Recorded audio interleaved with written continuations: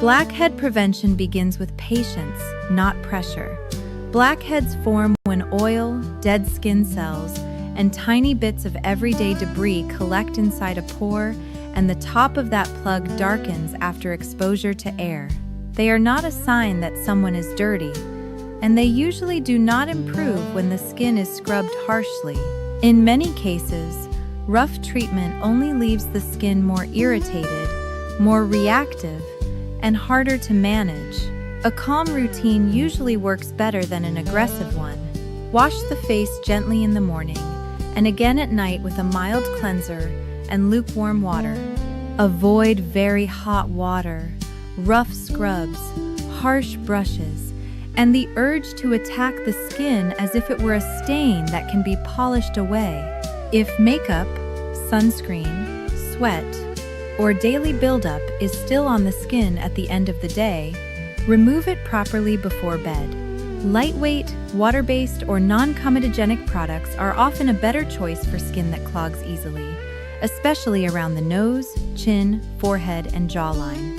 Moisturizer still matters, even when skin feels oily, because skin that feels stripped and uncomfortable can become more reactive. If the skin tolerates it, salicylic acid may help loosen clogged material inside pores, and adapalene may help keep pores from becoming blocked over time. The important thing is to start slowly and stay steady instead of trying too much too fast. Squeezing blackheads with fingernails or tools may feel productive for a moment, but it often leads to irritation, lingering marks, and a cycle of touching the face that creates more trouble than progress. Hair oils, pomades, and heavy styling products can also quietly contribute to clogged pores around the forehead and temples, so it helps to keep those products away from facial skin whenever possible. Pillowcases, hats, and phone screens do not need to become a source of anxiety, but keeping them reasonably clean supports a better environment for the skin. Prevention is not about perfection. It is about making pores less likely to clog, keeping the skin barrier calmer, and choosing a routine gentle enough to keep doing for months. And now, with that practical skin advice folded away neatly like a clean towel in a bathroom cabinet, let us move into the longer, warmer, and much more cheerful part of the evening, where instead of cleansers, cotton pads, and magnifying mirrors, we find ourselves in a small American town full of folding chairs, casserole dishes, raffle baskets, pie, and one retired gentleman who accidentally becomes the center of the most entertaining misunderstanding the town has seen in years. In the town of Fair Hollow, Kansas, 75-year-old Raymond Fuller believed that most avoidable problems in life came from one of four causes: weak coffee, lazy labeling, badly parked cars, and people who use the phrase, "just for fun." Raymond had retired from the county grain office after 40 years of keeping accounts, checking forms, and reminding men in work boots that numbers remain numbers even if spoken loudly. He liked order. He liked habits. He liked mornings that began without hurry and evenings that ended without committee involvement. He lived alone in a neat cream-colored house with blue shutters, a narrow front porch, and a detached garage so meticulously organized that neighborhood children were convinced he had trained the tools to stand still. His wife Edna had died 6 years earlier, and since then he had built a life out of routines solid enough to carry silence without collapse.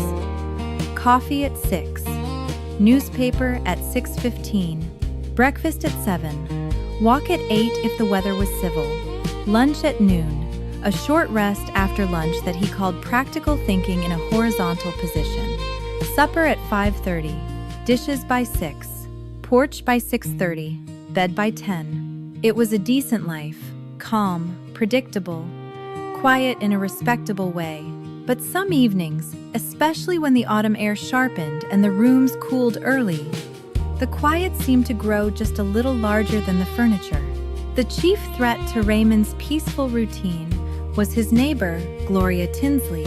Gloria was 72, energetic, cheerful, and organized with the fearless confidence of a woman who believed every social problem could be solved with index cards, bundt cake, and volunteers who had not yet realized they were volunteers. She wore bright sweaters, practical shoes, and reading glasses on a chain that made her look prepared to fix a sign, straighten a buffet table, and lead a committee before lunch. She chaired the church fellowship board, helped run the library fundraiser, organized the holiday sock drive, and believed with total sincerity that every resident of Fair Hollow had a hidden talent for community service, especially the ones trying hardest to conceal it. On a windy Thursday afternoon in October, Raymond was sitting on his porch with a mug of coffee and half a slice of molasses cake when Gloria came striding up the walkway, carrying a casserole dish and a yellow folder. Raymond saw the folder and said, "No." Gloria stopped at the first step. "You haven't even heard the request. You have a folder. I also have tuna noodle casserole." That means the folder is serious. That means I came prepared. For what? For your resistance. Raymond leaned back in his chair. Then at least one of us has a realistic view of this conversation. Gloria climbed the steps anyway, set the casserole on the table, and sat down without invitation. "The Harvest Jubilee tea has a problem," she said. Raymond closed his eyes for one brief second.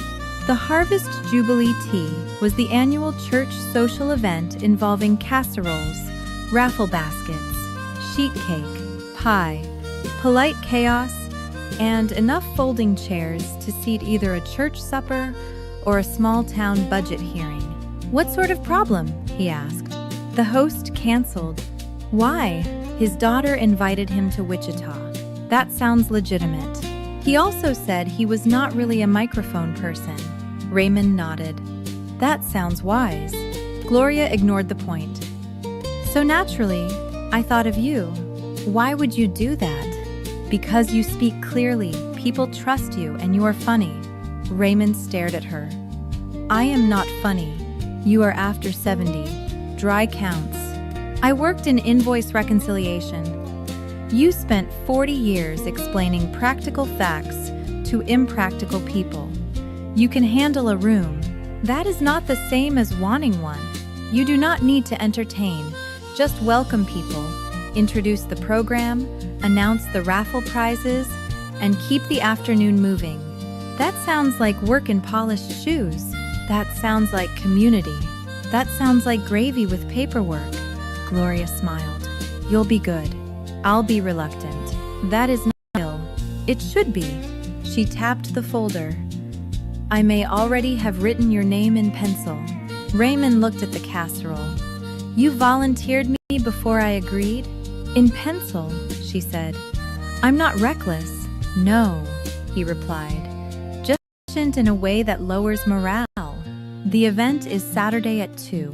And if I refuse, I'll tell everyone you were intimidated by a microphone and decorative lap. Those are not equal threats.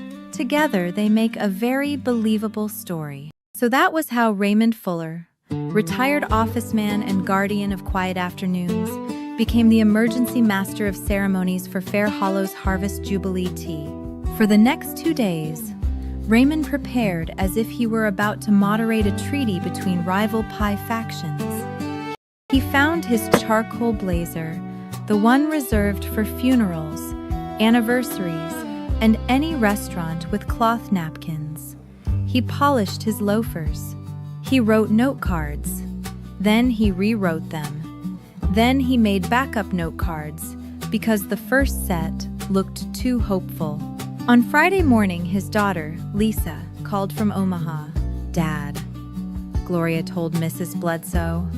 Mrs. Bledsoe told Aunt Frances, and Aunt Frances told me you're hosting the church event. Gloria should not have access to a communications network, Raymond said. Lisa laughed. "You'll do great. I have note cards. That means you care. I have backup note cards. That means you are still entirely yourself. I also practice saying the name of the accordion player. That means you're prepared." He practiced in the hallway mirror. Good afternoon, everyone, and welcome to the Harvest Jubilee Tea. Too stiff. Hello, friends. Too sentimental. He looked like a man opening a memorial bench. It's a pleasure to see you all. Unverified. He had not seen them yet. By the fourth attempt, he had thanked the umbrella stand, nodded at the thermostat, and introduced himself twice to the coat rack.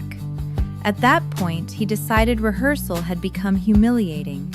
Saturday arrived bright, cold, and windy. The church fellowship hall had been transformed into what Gloria clearly imagined was elegance and what Raymond privately described as autumn attacking linen. The round tables wore orange cloths. Mason jars held battery candles and fake leaves. Tiny scarecrows sat in the center of each table, looking as if they had opinions. A refreshment station stood against the back wall, with coffee urns, teapots, sugar bowls, lemon slices, and enough desserts to persuade a cautious person toward recklessness. Retirees in cardigans and sport coats filled the room. A group of widows at table 5 had already begun ranking the cakes by appearance. 2 men near the coffee urn were discussing blood pressure medication like baseball statistics. One woman was wearing a hat with so many silk flowers on it that Raymond briefly suspected pollination might occur indoors. Gloria met him at the doorway. "You're late." "I'm 6 minutes early." "That's socially late." "That is mathematically false." "You look distinguished." "You look alarming." "That's because I'm prepared." "That is what alarms me." She handed him the microphone and a fresh note card. "Welcome, raffle, memory game, refreshments, music, then closing remarks." "There's a memory game?" "Yes." "Why?" "Because it's interactive." "That sounds like danger with labels." Then she vanished, which Raymond was beginning to understand was her preferred management method. He stepped to the front. The microphone squealed sharply. Half the room jumped. "Well," he said, "that certainly got our attention faster than prayer." The room laughed. "Interesting," he thought. He adjusted the microphone. "Good afternoon, everyone.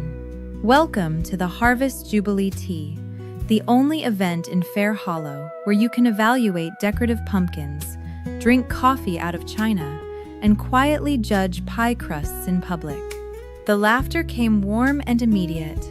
"My name is Raymond Fuller, and I'm your host today because the original host received a stronger competing offer involving family, travel, and what I can only assume is a healthier relationship with microphones.